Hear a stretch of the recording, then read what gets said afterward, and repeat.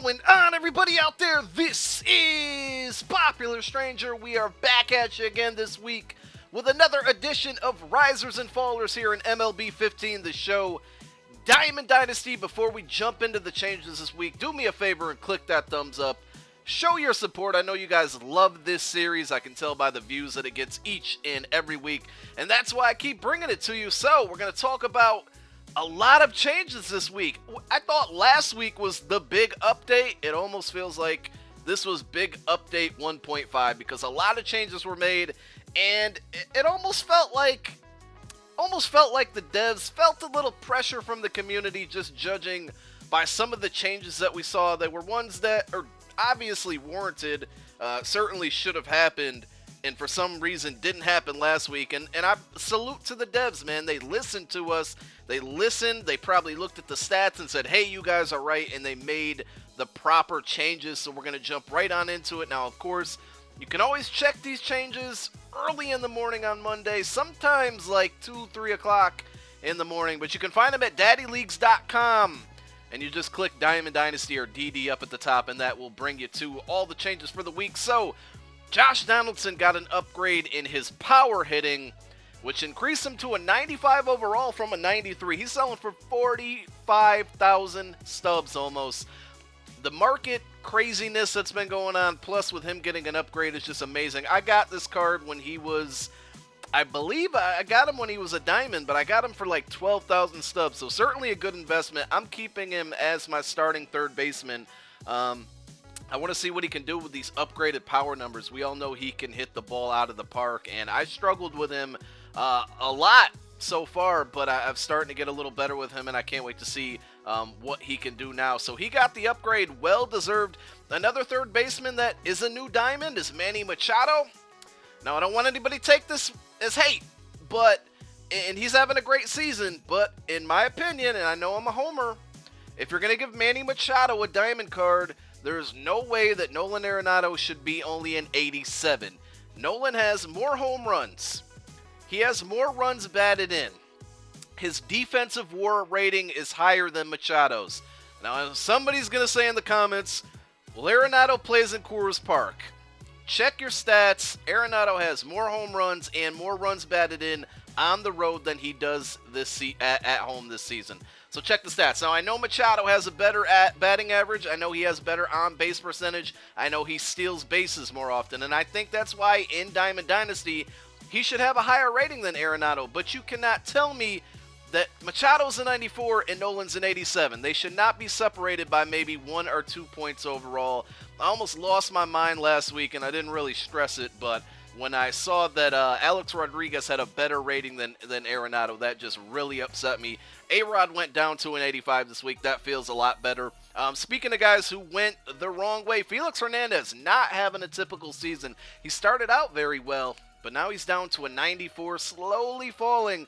I'm getting nervous because I have this card. I'm thinking about selling him, man. He gave up like 10 runs over the weekend, I think. Forgive me if I was wrong about that stat, but I think I read that somewhere. And he's had a couple really, really poor outings. Sad to see King Felix do that, man. But I might have to get rid of him and pick up Zach Greinke maybe. Chris Archer got an update. He went from a 90 to a 92. Corey Kluber went up to a 91.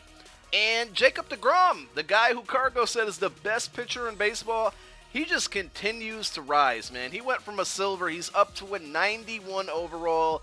He and Matt Harvey leading that Mets pitching staff, both 91 overalls in this game right now. Dylan Patentes, however you say his name, I butcher it every week.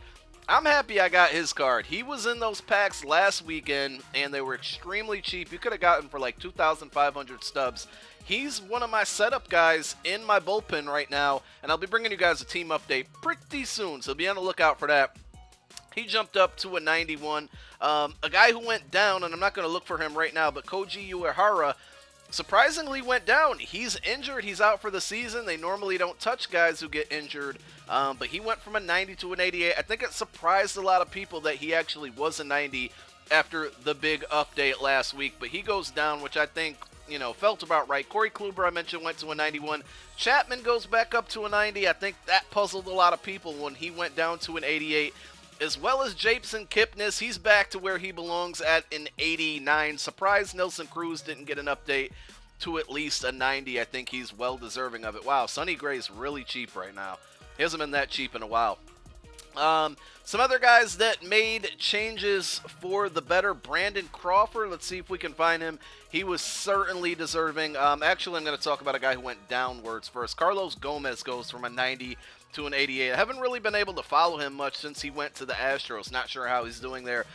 I'm surprised Jose Reyes is still an 88. If you got him, you might want to sell him now while his value is still high. I think that he is going to eventually go down. Just has not been having a great season, in my opinion, especially after coming over to the Rockies. I've seen a lot of him. Don't think he deserves to be where he is. They didn't touch Carlos Correa. I was a little shocked at that. I think that they gave him an 87, and that was not 100% warranted, so the fact that he's still staying there is a little surprising to me. No knock on him, because you guys know I'm a big fan of Correa, but I just didn't think he's deserving of an 87. Brandon Crawford certainly deserved an upgrade. He got a power upgrade. He's one of the best hitting shortstops in the league right now. He is a gold now. Again, well deserves. 86 overall. A couple Giants guys went up, and I'm happy that they did because they deserved it. Now, there are a bunch of other ones. Like I said, you got to check out the website. I just cannot go over all of them. But one guy who is so close to being a gold, and he's not, and it's frustrating me, is, if I can find him on here, I'm trying to find him. There he is, Carlos Martinez, an 84. He jumps up. Somehow he got downgraded last week. He's back up now to an 84. I think he should be a gold. Noah Syndergaard from the Mets went up to a gold. I passed him already. He went from 82 to an 85. Chris Davis goes from an 81 to an 84. He's been crushing the ball lately. He deserves it. Joe Panic from the I almost call him the 49ers. From the Giants goes from an 81 to an 84. Eric Hosmer went down one from an 85 to an 84. Ken Giles, the closer for the Phillies, he's deserving. Goes from a 75 to an 84. Big jump for him. Chris Bryant went down for the Cubs. 84 to an 83. Xander Bogaerts, 81 to an 83. He goes up, well deserving. Chris Heston, 78 to an 82. Another Giant. And then also from the Giants, I want to find the exact numbers here, is Matt Duffy. He goes from a 75 to an 80. All those guys for the Giants certainly deserving. And again, there's tons of other people on this list, so go check out the entire list on daddyleagues.com. I'm going to wrap this video up, guys. We'll definitely be live streaming this week. I haven't made a decision on what day. I think it's going to be Thursday and not both days because I'm planning something special for Madden for all my Ultimate Team viewers. We're going to be doing some giveaways and stuff, but more details coming in a video tomorrow afternoon. Be on the lookout for it. I'm Popular Stranger. Thanks for watching, guys. I'm out. Peace.